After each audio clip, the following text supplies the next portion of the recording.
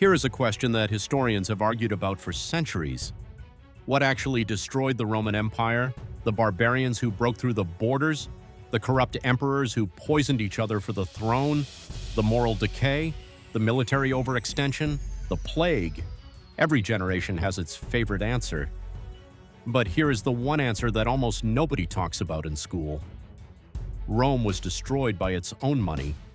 Not in one dramatic moment, not by any single emperor's decision, but slowly, quietly, over generations, through a process so gradual that the people living through it barely noticed until the day they did.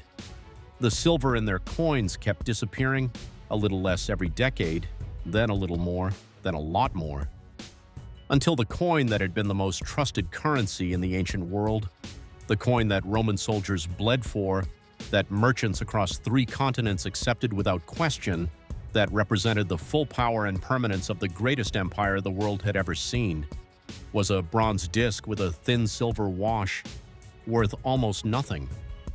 And the empire that had minted it, on its way to becoming a memory. This is the story of the Roman denarius, and it is, more than any military defeat, more than any emperor's failure, the true story of how Rome fell. But here is why you should really care about it. Because the exact same process is happening right now, in your economy, with your money, and the Romans had no idea it was coming until it was too late. Let's make sure you do. To understand what Rome lost, you have to understand what it had. The silver denarius was first minted around 211 BC, during the Second Punic War when Rome was in a death struggle with Carthage's general Hannibal. Rome needed to pay its armies, needed to fund a war that would determine whether the Mediterranean world would be Latin or Carthaginian. The denarius was born in crisis, and it was born with integrity, nearly pure silver, consistent weight, consistent purity.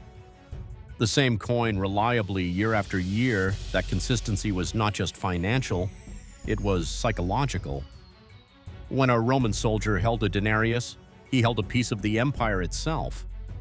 When a merchant in Alexandria accepted a denarius, he was accepting the promise of Rome. When a farmer in Gaul saved his earnings in denarii, he was storing his trust in a system that spanned from Scotland to the Sahara. The coin and the empire were the same thing. Strong coin, strong empire. The connection was that direct, that literal, and for centuries it held. But empires are hungry things. They consume resources at a rate that even the most productive civilizations struggle to maintain. By the 2nd century AD, Rome was at its territorial peak. Hadrian's Wall in Britain, the Danube frontier in Europe, the Euphrates in the east, 1 million soldiers patrolling borders stretching over 10,000 miles, roads, aqueducts, grain doles for the urban poor, gladiatorial games to keep the population pacified, an expanding bureaucracy to administer it all. The bill was staggering, and tax revenues, while substantial, were never quite enough. Roman emperors faced a version of the same problem that every government in history eventually faces, the gap between what they needed to spend and what they could honestly raise. And they found the same solution that every government in history eventually reaches for. They cheated, not dramatically, not all at once, just a little silver less in each coin, a few percentage points of purity quietly removed. The coins still looked the same, still had the emperor's face, still carried the official denomination, but inside, they were a little more hollow, a little less real. The numbers tell the story with brutal precision. Under Emperor Augustus, the first emperor, ruling at the height of Roman power around the birth of Christ, the denarius contained approximately 95% silver, nearly pure. By the reign of Emperor Nero about 60 years later, 90%, a small shaving, hardly noticeable. By Marcus Aurelius, a philosopher emperor widely considered one of Rome's greatest rulers, around 75%. The decline was becoming a trend. By Caracalla in the early 200s, 50%. Now the coin was half the metal it had once been, and then the real collapse, by Emperor Gallienus in the mid-200s, less than 5% silver, 5%. A coin that had once been 95% silver was now 95% something else.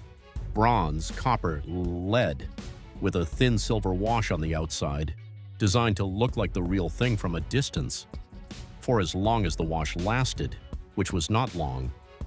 Here is what that progression meant in the real world, not an abstract economic theory, in actual human lives. Imagine you are a baker in Rome in the year 200 AD. You sell bread, you accept denarii as payment, you save those denarii because they hold their value. You have been doing this for 20 years. Your savings represent 2 decades of work, of early mornings, of flour on your hands and heat in your face. And then, gradually, steadily, inescapably, the denarii you are receiving are worth less than the ones you saved. New coins look the same, but they buy less, because everyone can feel the difference. Weigh it in their hand, the merchants who supply your flour start charging more denarii for the same amount.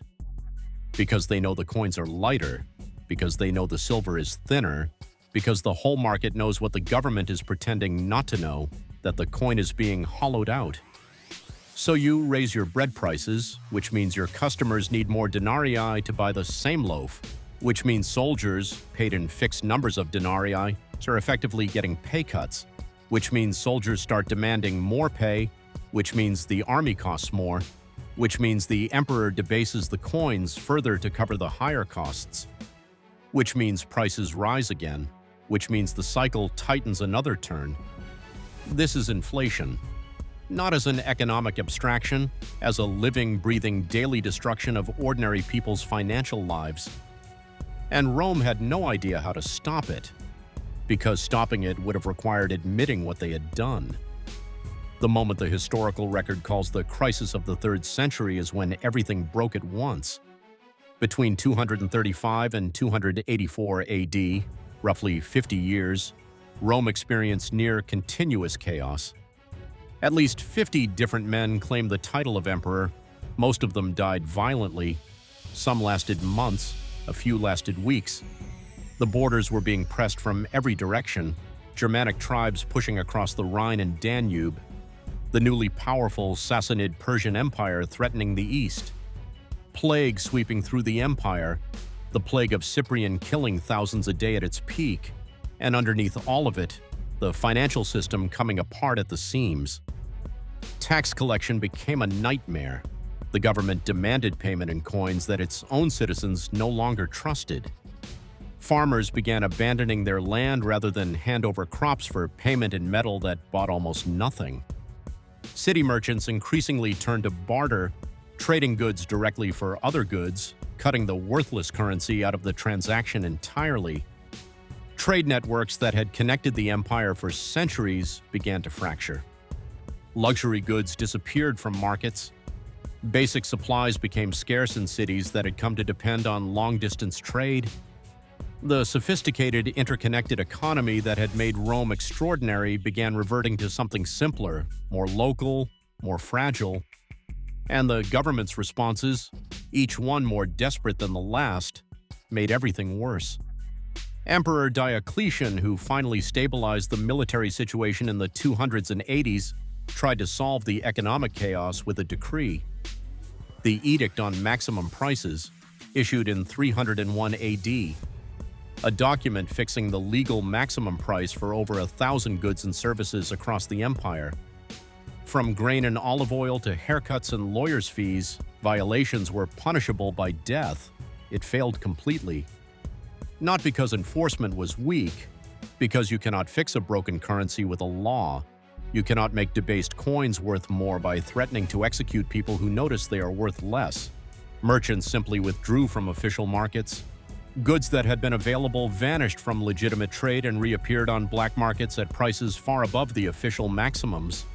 The edict collapsed within years, and with it, whatever remained of the government's credibility on economic matters. The man who finally restored some stability was Constantine, the emperor who also made Christianity the empire's official religion in the early 300s. His financial contribution was the solidus, a new gold coin of consistent purity and weight. Introduced around 312 AD, The solidus was everything the late denarius had ceased to be: reliable, honest, real, and it worked. The solidus became the new trusted currency of the empire. It stabilized trade in the regions where it circulated. And it lasted, in the Eastern Roman Empire, the Byzantine Empire, for over 1,000 years. But here is the tragic truth. By the time Constantine introduced the solidus, the Western Empire was already beyond saving.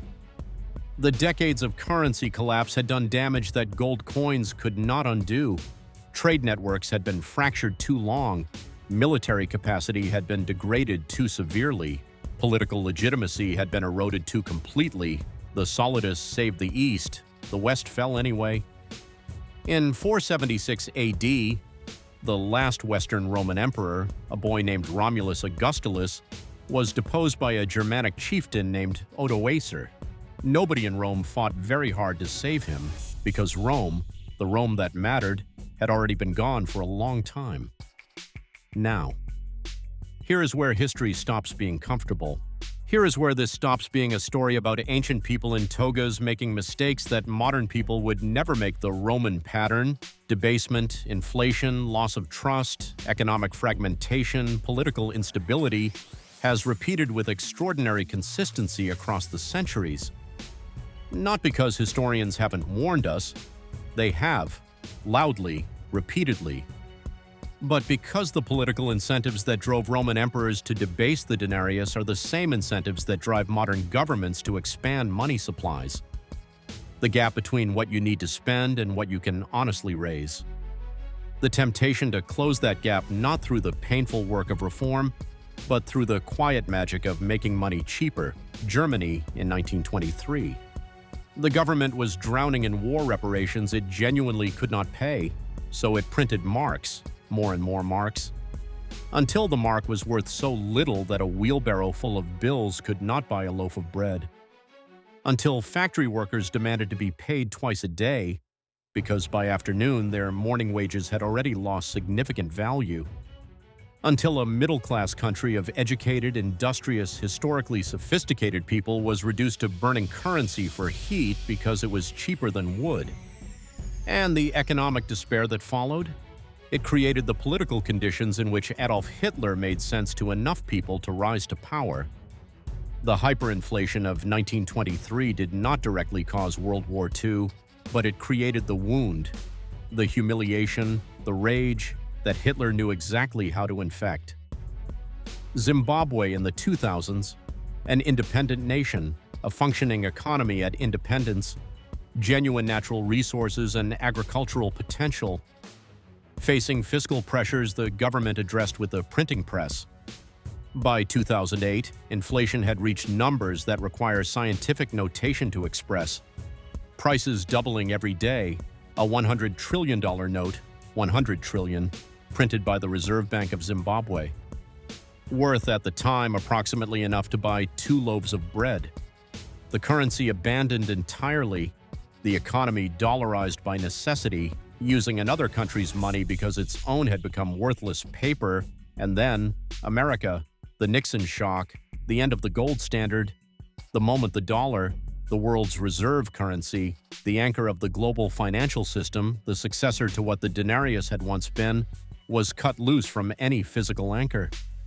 From that moment forward, the dollar was backed by trust, by the faith that the United States government would behave responsibly with its money, by the confidence that American institutions were different, more disciplined, more sophisticated, more trustworthy than the Roman emperors who had shaved the silver from their coins. And here is the question that should keep you up at night. Have they been? Since 1971, the U.S. national debt has grown from $400 billion to over $33 trillion. Since 1971, the dollar has lost over 85% of its purchasing power. Since 1971, the Federal Reserve has expanded the money supply in ways that would have been unthinkable in any gold-backed system. The coins still look the same, the bills still look the same, but the value slowly, steadily, across 50 years has been hollowed out. Not by a dramatic decree, not by a single emperor's decision, By the accumulated weight of thousands of individual choices, all choosing the easy answer over the honest one, the same choice Roman emperors made for 300 years, the same choice that ends, always, the same way. There is one more element of the Roman story that almost nobody discusses. While ordinary Romans watched their savings dissolve into inflation, the wealthy were not suffering. They were adapting. The Roman elite, the senatorial class, the large landowners, the successful merchants had always held real assets: land, agricultural estates, mines, workshops, assets that produced real output regardless of what the currency was doing. When the denarius lost 95% of its silver content, the land still grew wheat, the mines still produced iron, the workshops still produced goods that people needed. Real assets held their value because their value was not denominated in a currency. Their value was in what they could produce. The people who were destroyed by Rome's inflation were the ones whose wealth existed only as numbers. Savings in denarii, fixed salaries, pensions from the government, paper wealth, or the ancient equivalent of paper wealth dissolved in the acid of inflation. Real wealth, productive assets, land, skills, resources survived, and this pattern elites protected by real assets. While ordinary people are destroyed by currency, debasement is not a Roman quirk. It is a universal constant of inflationary collapse. Weimar Germany, the wealthy converted marks into land foreign currency factories. Zimbabwe, those with dollar accounts or foreign assets, survived. 2020 America, those with stock portfolios and real estate saw their net worth explode, while those with only wages and savings accounts fell behind. The mechanism is always identical. Inflation is not neutral, it is a transfer. From people who hold currency to people who own things, from the ordinary to the already wealthy. Disguised as an economic phenomenon, operating like a very slow, very quiet tax on everyone who trusted the promise on the coin. The Roman Empire lasted for centuries. It was not stupid, it was not primitive, it was not ignorant of finance. Roman economists, philosophers, and administrators understood what debasement did. Pliny the Elder wrote about it, historians documented it, emperors were warned about it, and they did it anyway. Because the political pressure of the present, the need to pay the army, fund the games, cover the costs of empire today, always outweighed the abstract danger of currency collapse in some future decade. The future could take care of itself, until it couldn't, until the future arrived as the present, and the coin was bronze and the empire was ash. The lesson of Rome is not that bad people destroyed a good thing, it is that predictable incentives operating on fallible humans, in the absence of genuine constraints, produce predictable outcomes every time. The denarius didn't die overnight, it died one shaving at a time. And if you are not watching, carefully, skeptically, continuously, the same thing can happen to any currency, including yours. Subscribe to Finance Origins, because understanding how money dies is the first step in protecting what you have. Follow the money, because the money never lies.